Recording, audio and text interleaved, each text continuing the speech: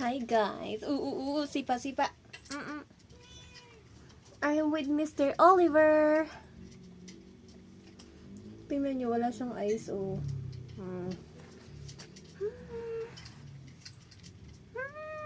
Ang cute ni Olive. Iyakin lang. Tapos ayaw niya magpayakap.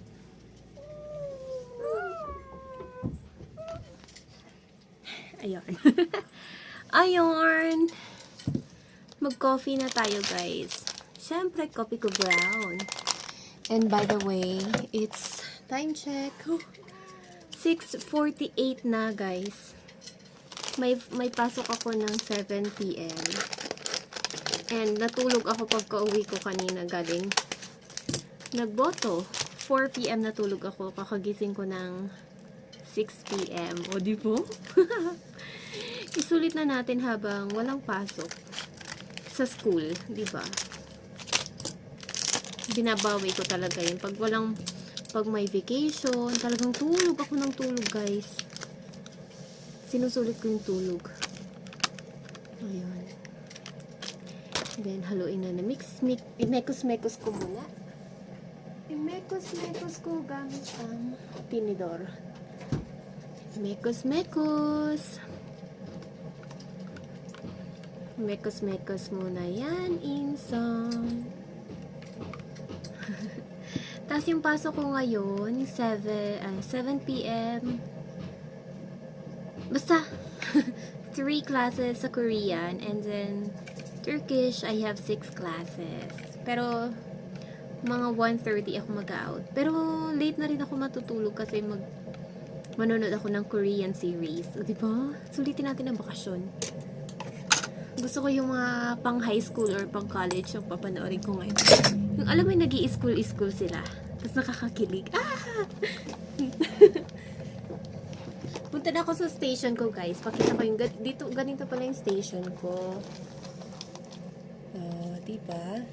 Yan si Pochi.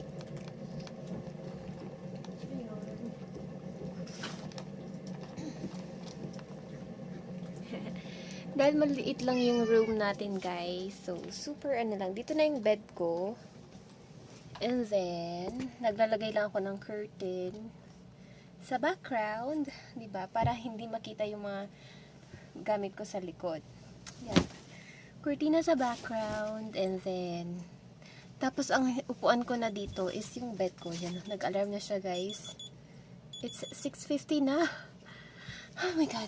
So, magla-login na ako. Maglo-login talaga ako 10 minutes before my class. Wait. Ayun. By the way, may pasok kami on Friday kasi, hindi naman pasok. Sport fest namin, so kailangan ko pumunta ng school. Friday, Saturday, and Sunday. And Monday, back to school na ulit. Arte no. Ayun, coffee na. Ang sarap ng kape, guys. Perfect. So, gusto ko sana ipakita kung how I teach. Pero, wag na, no? Ang cringe. Cringy. Cringy. Hindi ko alam. I don't know how to say it. Pero yun. Ayun. All set up na. Tapos yung 10 minutes na yun, coffee. Tapos later, may break naman ako. Marami namang vacant. So, hindi naman ako kasi fully booked talaga. May time na fully booked. Pero may break pa rin talaga ako. So, yun. Saya kasi naka-vacation. Tingnan nyo, medyo lumiit yung eyebags ko. Bukas siguro ang gising ko na is 4 p.m. na naman. O, diba? Mastig. Ang kape na nga, Rod.